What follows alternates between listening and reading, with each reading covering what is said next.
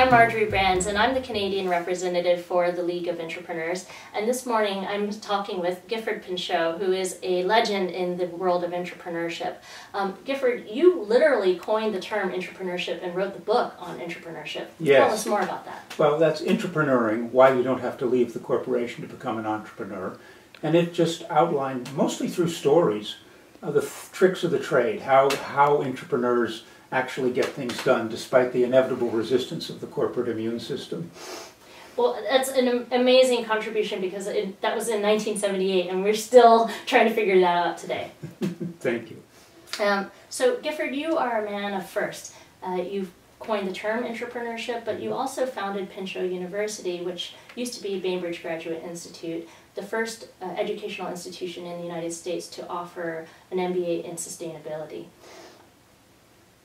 As someone who has seen decades into the future before a lot of us, can you talk about what you see as the challenges facing us in the years ahead and where entrepreneurship plays a role?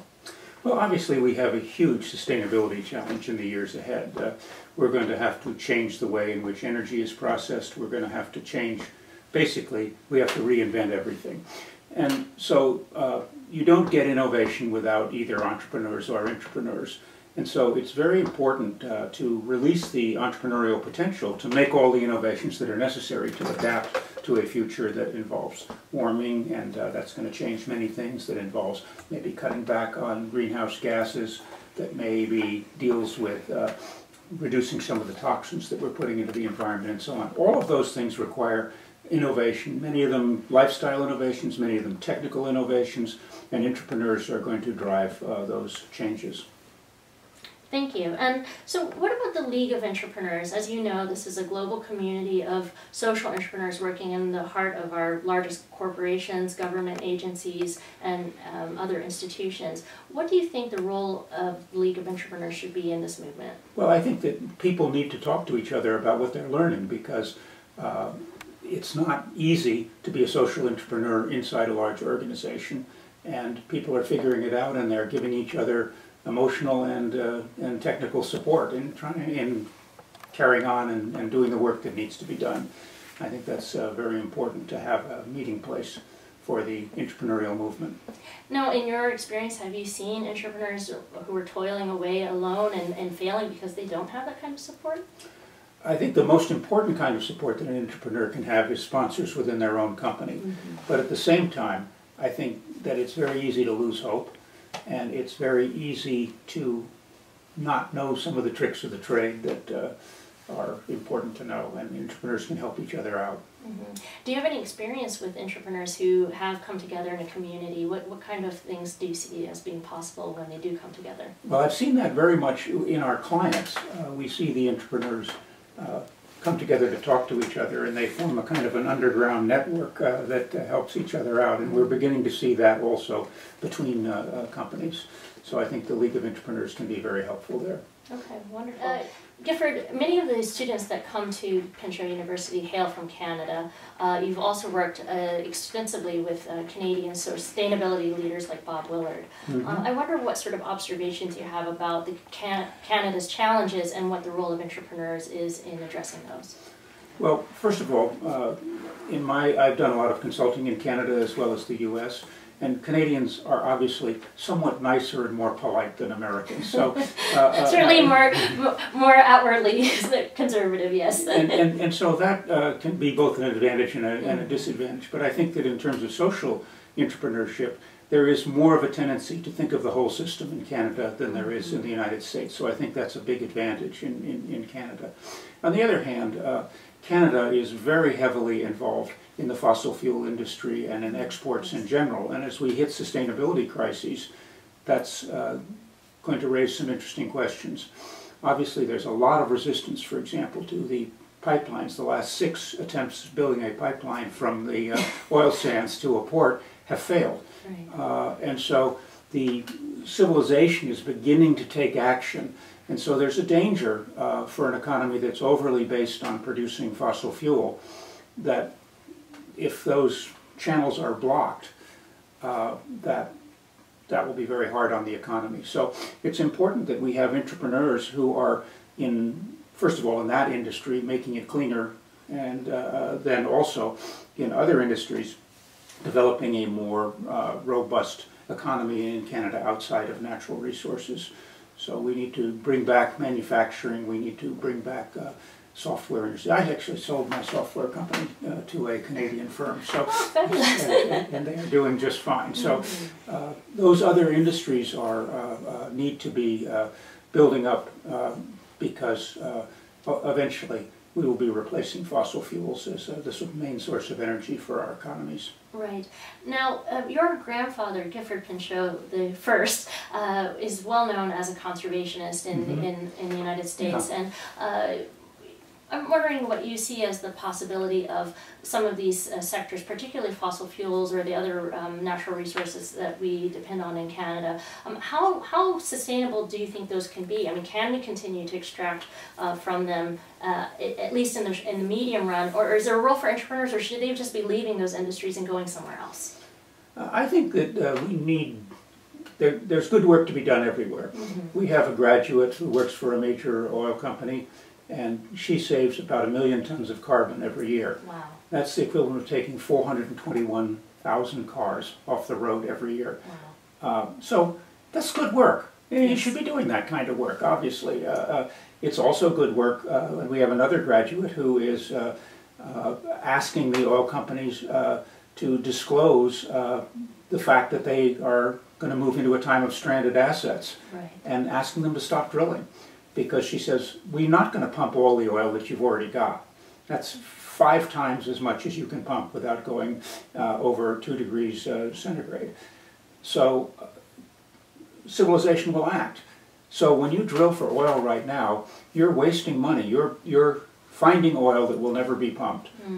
And therefore, why don't you just stop doing that and send me the money? Because, no, but that's a legitimate concern for a shareholder, if a company is doing something really foolish. Right. And I think it's time to stop exploring for fossil fuels. We're going to have to pump what we've got for a while, but we've got quite a lot of reserves. And we have to figure out how to scale down those operations and how to do them more efficiently, how to eliminate the release of methane into the atmosphere, and so on. Now, do you see any role for a cross-border cooperation between entrepreneurs in Canada and in the United States, where you primarily operate? I think absolutely, but I also think there's room for cooperation between entrepreneurs and intrapreneurs. And often the best way to get something done is not necessarily to go to the department inside the large corporation that does that. So as an entrepreneur, when you're doing new things, you often have to partner with firms on the outside. And so there's a natural alliance going on between the entrepreneurs and the intrapreneurs who share values and share an intention to work together to get these things done. And I don't think there's any border that has to do with intrapreneuring. I think that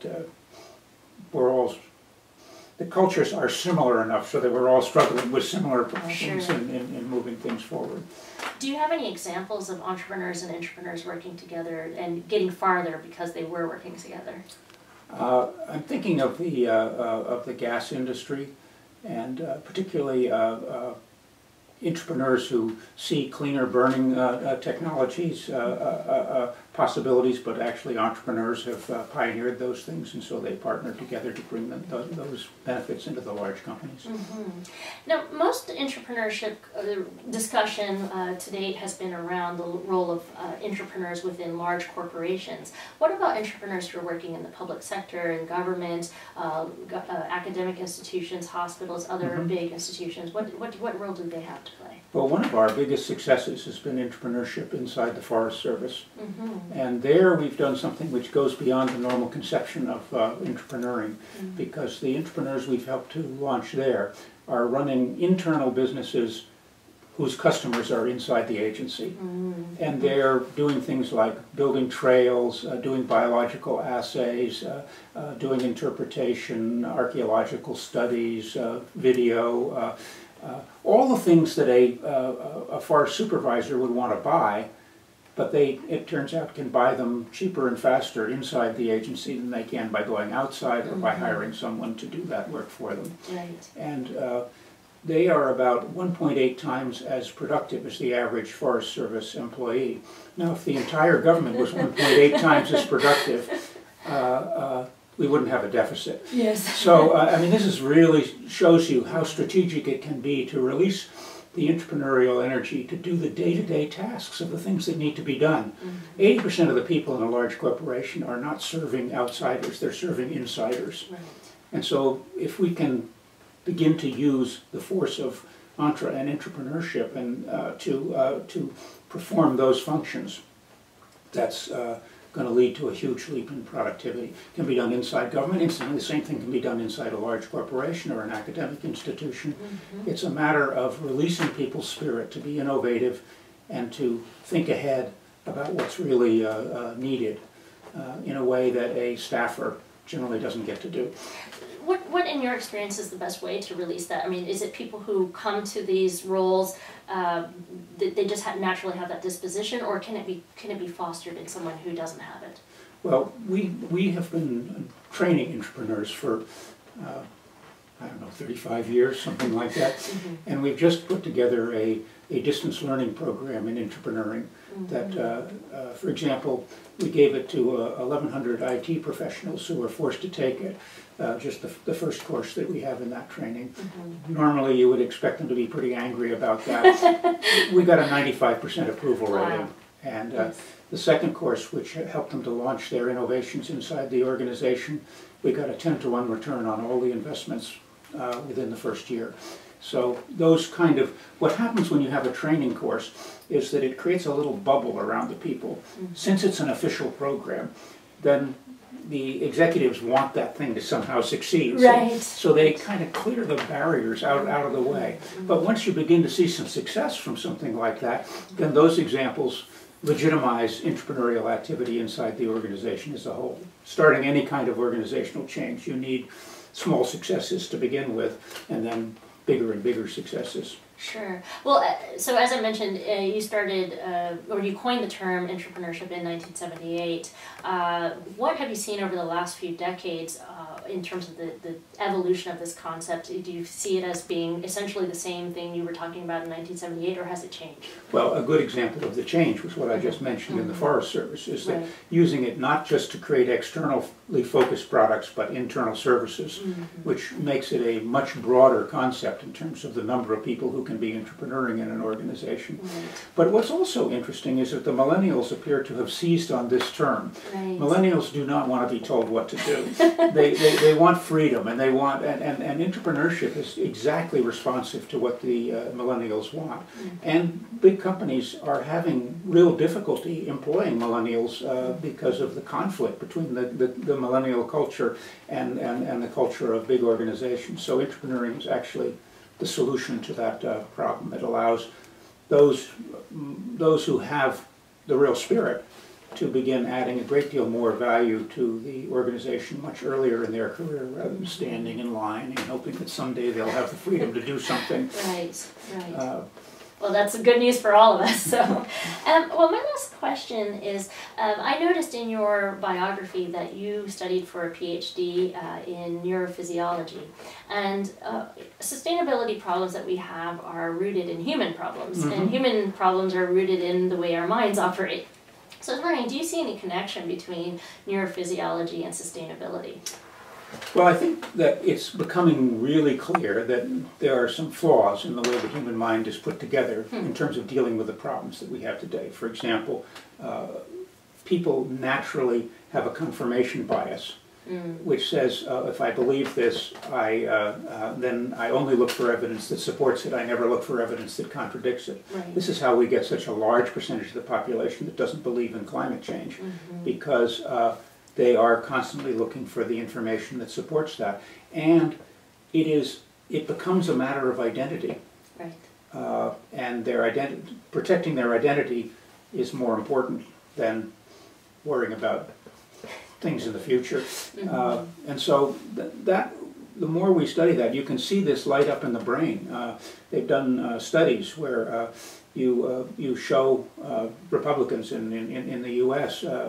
Information that supports their ideas, and certain portions of the brain light up, and you show stuff that doesn't support that, and the memory areas and so forth are just blank and not going there. But the same is true of Democrats, sure. Except it's a different set of beliefs, right? They also are the same way. They're only hearing what supports their position and not what. So this appears to be part of human nature, and we're struggling because we were not designed for the kind of world that we live in now, and it's necessary to find institutions that make that work. We're not designed for hierarchy. In most indigenous cultures, telling people what to do is something that happens mostly when you're young, and then you get to be an adult and you do whatever you think is right. And we've created a culture that keeps people in this childish obedient state that does not feel good for human beings and does not bring out their best.